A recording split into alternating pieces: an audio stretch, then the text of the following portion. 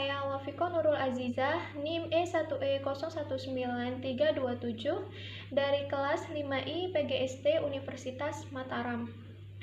Pada video kali ini, saya akan membahas atau menyampaikan jawaban saya terkait dengan ujian tengah semester pembelajaran bahasa Indonesia.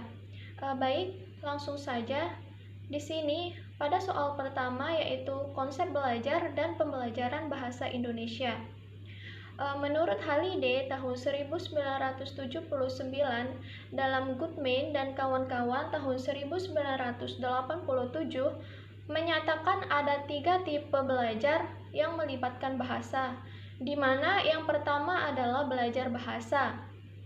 Seseorang mempelajari sesuatu bahasa dengan fokus pada penguasaan kemampuan berbahasa atau kemampuan berkomunikasi melalui bahasa yang digunakannya. Kemampuan ini melibatkan 2 hal. Yang pertama adalah kemampuan untuk menyampaikan pesan baik secara lisan melalui berbicara maupun tertulis melalui menulis, serta yang kedua kemampuan memahami atau menafsirkan dan menerima pesan baik yang disampaikan secara lisan melalui kegiatan menyimak ataupun secara tertulis melalui kegiatan membaca. Kemudian yang kedua ada belajar melalui bahasa, di mana seseorang menggunakan bahasa untuk mempelajari pengetahuan, sikap, dan keterampilan. Nah, dalam konteks ini, bahasa berfungsi sebagai alat untuk mempelajari sesuatu seperti matematika, IPA, sejarah, dan kewarganegaraan. Adapun yang terakhir atau yang ketiga di sini adalah ada belajar tentang bahasa, di mana seseorang mempelajari bahasa untuk mengetahui segala hal yang terdapat dalam suatu bahasa seperti sejarah, sistem bahasa, kaidah bahasa, dan produk bahasa seperti sastra. Selain itu, belajar bahasa Indonesia untuk siswa SD pada dasarnya bertujuan untuk mengasah dan membekali mereka dengan kemampuan berkomunikasi atau kemampuan menerapkan bahasa Indonesia dengan tepat untuk berbagai tujuan dan dalam konteks yang berbeda. Dengan kata lain, pembelajaran bahasa Indonesia berfokus pada penguasaan bahasa seperti yang ada pada tipe 1 yaitu belajar bahasa, kemudian dapat diterapkan dalam berbagai keperluan dalam berbagai situasi seperti belajar, berpikir, berekspresi, bersosialisasi atau bergaul atau berapresiasi seperti pada tipe 2 yaitu belajar melalui bahasa. Dan kemudian agar siswa dapat berkomunikasi dengan baik, maka siswa perlu menguasai kaidah bahasa dengan baik pula pada tipe 3 yaitu belajar tentang bahasa. Nah, dalam konteks ini, penguasaan kaidah bahasa bukan tujuan, melainkan hanyalah sebuah alat agar kemampuan bahasanya dapat berkembang dengan baik. Dengan demikian, ketika tipe belajar tersebut saling berketerkaitan, di mana ketiganya terjadi secara bersamaan dalam bahasa. Ketika siswa belajar kemampuan berbahasa yang terkait dengan penggunaan dan konteksnya, ia pun belajar tentang kaidah bahasa dan sekaligus belajar menggunakan bahasa untuk mempelajari berbagai macam materi. Kemudian, pada nomor 2, yaitu membahas tentang prinsip pembelajaran bahasa Indonesia di SD. Di mana di sini saya mengambil bagian A, B, C, dan E. Baik, yang A yaitu dari peserta didik diberitahu menuju peserta didik mencari tahu sehingga pelajaran mendorong siswa untuk menjadi pelajar aktif. Pada awal pembelajaran, guru tidak berusaha untuk memberitahu siswa karena itu materi pembelajaran tidak disajikan dalam bentuk final.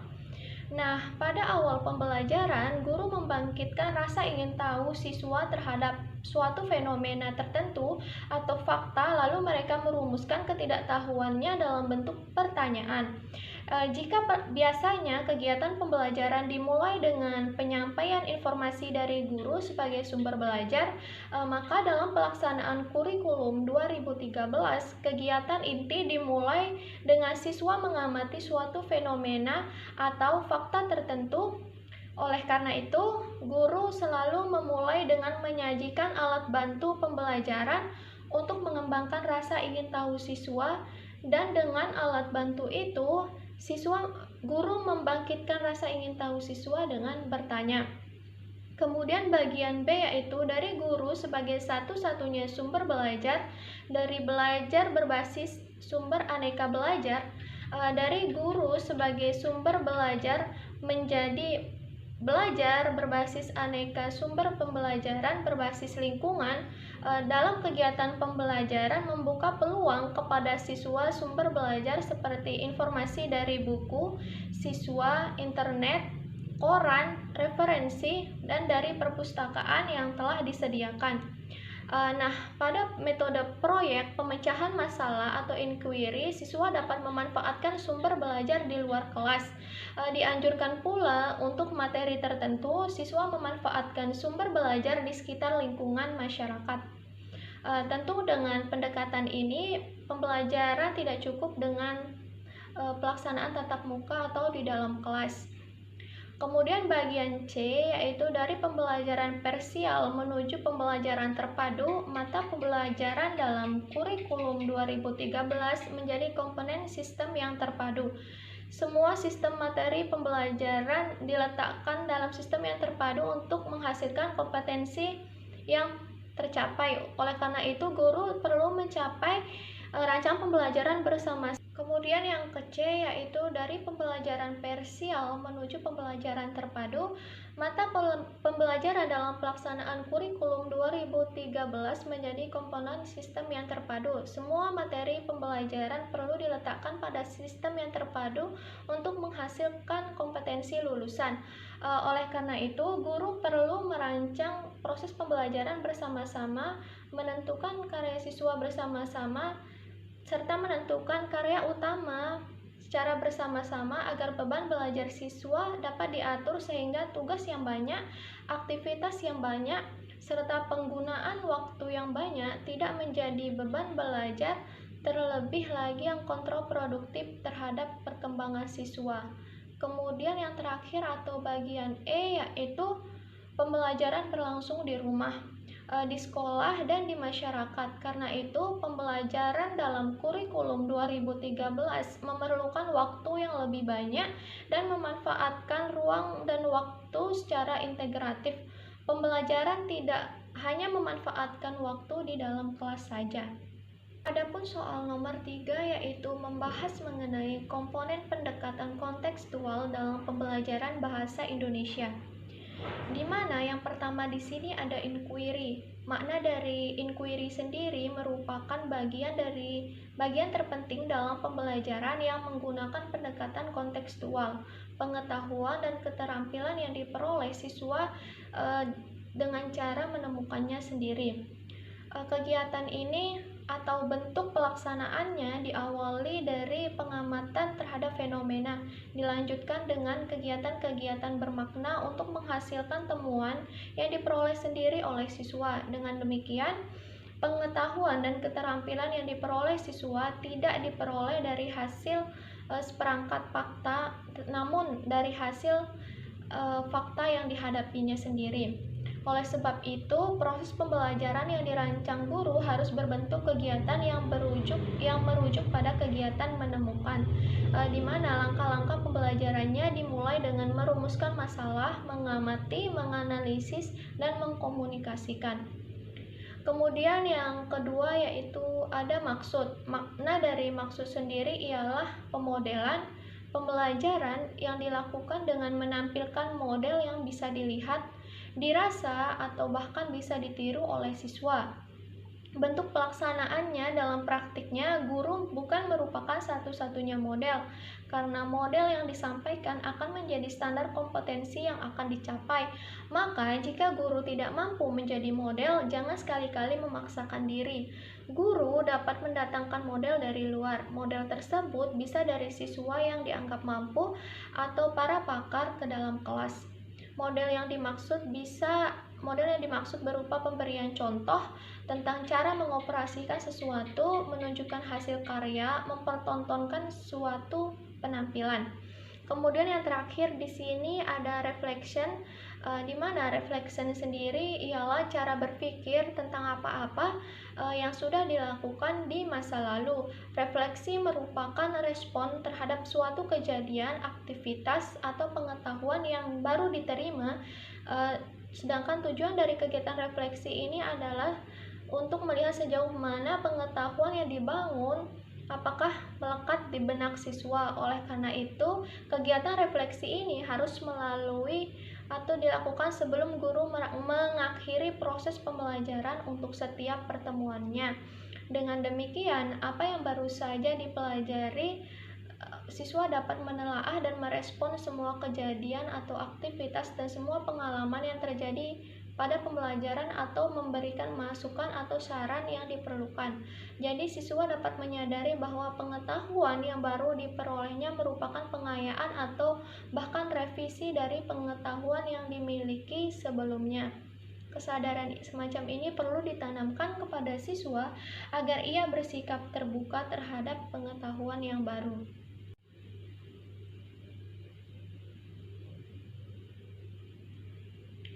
Baik, untuk soal yang terakhir atau yang keempat, yaitu membahas mengenai IPK dan tujuan pembelajaran.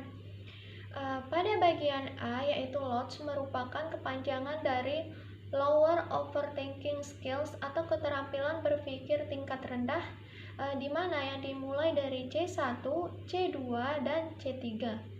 Sedangkan HOTS yaitu Higher Order Thinking Skills atau keterampilan berpikir tingkat tinggi, di mana yang dimulai dari C4, C5, dan C6.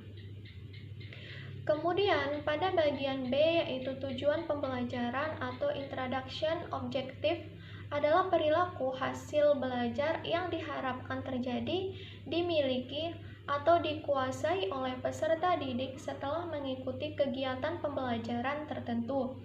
Hal ini didasarkan dalam makna tujuan pembelajaran atau tujuan instruksional. Yang di sini tujuan pembelajaran mempunyai syarat yaitu A, B, C, dan D, di mana A merupakan audiens, B merupakan behavior, C merupakan kondisi, dan D merupakan degree.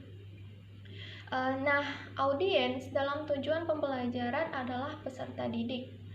Dalam hal ini, audiens atau peserta didik merupakan pihak peserta yang berperan sebagai subjek dan objek dalam pembelajaran. Maka dari itu, ketika merumuskan suatu tujuan pembelajaran, tempatkan peserta didik sebagai subjek sekaligus objek yang diharapkan. Contohnya yaitu peserta didik dapat seperti itu.